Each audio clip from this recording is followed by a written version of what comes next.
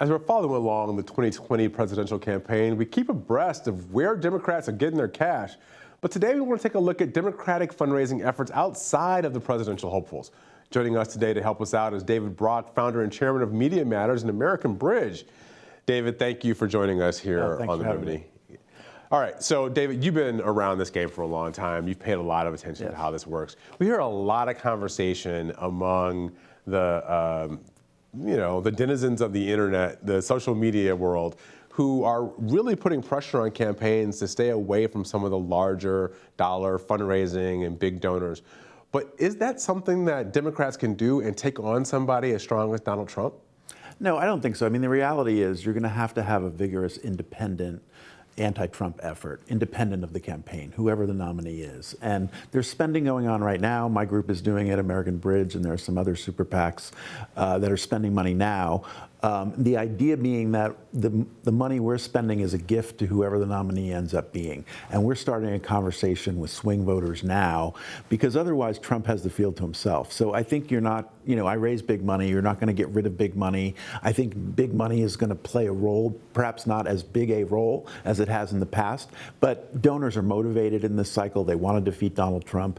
And we need to be competitive with the dollars that Trump is putting on the board. And right now, until very recently, he's had the field to himself in a conversation with his base and potential people that he can bring on board for his side. So there needs to be this outside spending, and it's going on mainly in swing states right now. All right, so American Bridge, Media Matters, Correct the Record. What are you guys focused on over here? So on the American Bridge side, that is the anti-Trump super PAC. And so we have a program that we're spending about $50 million on we've been studying intensively the Obama-Trump voter in 4 states, in Michigan, Wisconsin, Pennsylvania, and Florida. And what we are doing is extensively talking to these folks, polling them, focus grouping them, finding out what issues there are that could potentially move some of those voters to come back into the Democratic column in 2020. And we're doing it through firsthand personal testimonials. So we're actually doing old-fashioned door knocking, and we're recording the stories of people who say, yeah, here's why I voted for Trump. And a lot of that is he was a businessman, he was an outsider, he wasn't part of the establishment, I thought he would change things. But the change hasn't really come on issues like healthcare, on issues like the tax cut, manufacturing job loss, the farm issue, the opioid crisis. So the theme is that he's broken a lot of the promises to these folks. And they say on camera why they're not supporting Trump again. And then we're putting advertising dollars behind this on Facebook, on local TV, and on local radio. All right, so 2 things you said that are interesting to me. One is you didn't mention the state of Ohio. Right. So that's resource dependent, but Ohio is not in our plan. Is that a shift now? Do you think that it is a shift? Kind of move away from Ohio? I think so. I mean, I think that, obviously if you had all the resources in the world, you would probably play there. But we've ranked them, the 3 that absolutely have to be in play are our blue state, or formerly blue states in Michigan, Wisconsin, Pennsylvania. What Hillary called the wall, right? Exactly. What was the wall? Right. And then Florida's a 1% state, so we're going to play in Florida. And now a couple of these groups, the Bloomberg group is spending money, a group called Acronym is spending money on digital. Some of them are also in Arizona and North Carolina. And those are interesting plays as well for places for us to pick up some support. So you mentioned digital. Okay, yes. So this is something that's got me completely focused and flummoxed, right? Right. The president is putting out, we saw something, I don't know, a week or so ago, 2,800 independent ads that are just on Facebook that are running. So they're building a huge data marketing machine over on their side. Right. They are micro-targeting people down to, it seems like, fine slivers and going after them with directed advertising. Yep. Is that something the Democrats are even preparing to fight, a field the Democrats even preparing to fight on? We are. I think the digital divide was real in 2016, and I think the Trump people want to play the same playbook this time. But Democrats are catching up. There's been a huge conversation that's gone on in the past few years about how to catch up on the digital sphere. Probably about 25% of the budget we're spending will go into Facebook ads. Priorities has a program, Latino voters in Florida. That's largely digital. And this group acronym is a digital firm that is also going to be playing largely in the digital space. And they're raising $75, $80 million in this cycle to do that. So altogether, the press reports, if you add it all up, you're talking about $400 million that's going in right now to build a relationship with these voters, to talk to them and to try to move them to our side.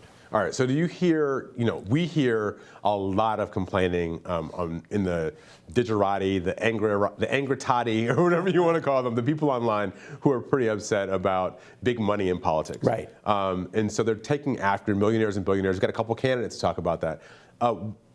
What are you hearing back from donors? Are they more reticent to participate because of all this rhetoric, or are they still willing to engage? No, I think some of the rhetoric puts them off, but at the end of the day, the urgency of defeating Trump is going to bring everybody around. And people are opening their wallets now, and I think, once the field is more clarified, you're going to have even more people participate. So I don't think it's really going to be a prohibitive factor. I think the influence of the big donors is probably not what it once was because of the ability to raise all this money online, and on the Sanders side, the Warren side, but also some of the other candidates have vigorous online support. So the dynamic has changed a little bit, but those big donors will always be there. And as I said, I mean, they are invested in a change. Does this hold even if Bernie Sanders wins? I know you were pretty critical 4 years ago. Sure. Well, that might be one exception. Yeah. So Sanders will probably want to do this on his own. I mean, his attitude towards super PACs will probably be, don't help me.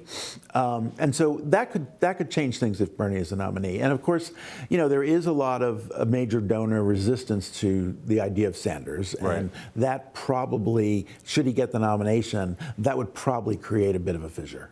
Yeah. Okay. And the last point I want to bring up before we take off, Mike Bloomberg is running, to me, one of the most fascinating campaigns. There's a story out now about him planning to keep his staff up and running. Even if he loses the nomination, he wants to keep his staff up and running through the end of the year. This is just smelling more and more to me like Bloomberg is running a super PAC disguised as a presidential campaign. Right. Right? It just seems like he's just engaged fully on Donald Trump here. That's absolutely right. No, the Bloomberg candidacy is unprecedented, and the unprecedented amount of money coming in. Now, I think at the end of the day, the Democratic primary electorate, this is basically a liberal Republican. And I don't really think he's going to get that kind of traction. But any money he wants to spend against Donald Trump is going to be welcomed by Democrats, I think, whether it's through a super PAC, whether it's through his own campaign, because his campaign ads are anti-Trump ads. Right, yeah. He's not going after Democrats, at least not yet. So that's all net positive, I think. And he's airing them in states where Democrats aren't really playing yet at all. So that's it's like absolutely he's keeping a conversation alive that other campaigns just don't have the money to do. That's absolutely right. So as of now, I would say it's all positive. I don't think the candidacy is going to go all that far. Yeah. But look, it keeps Trump in the news in a way that is very helpful to Democrats. All right. Well, we've got a lot more to see about this over the next year. Yes. We'll keep watching and seeing what you guys are up to. Okay, thanks. Right, thanks a lot for being here. I appreciate it. Thanks for watching Hill TV on YouTube. Be sure to click subscribe and hit the bell so you know when we post new videos. And head to thehill.com for all the latest political news.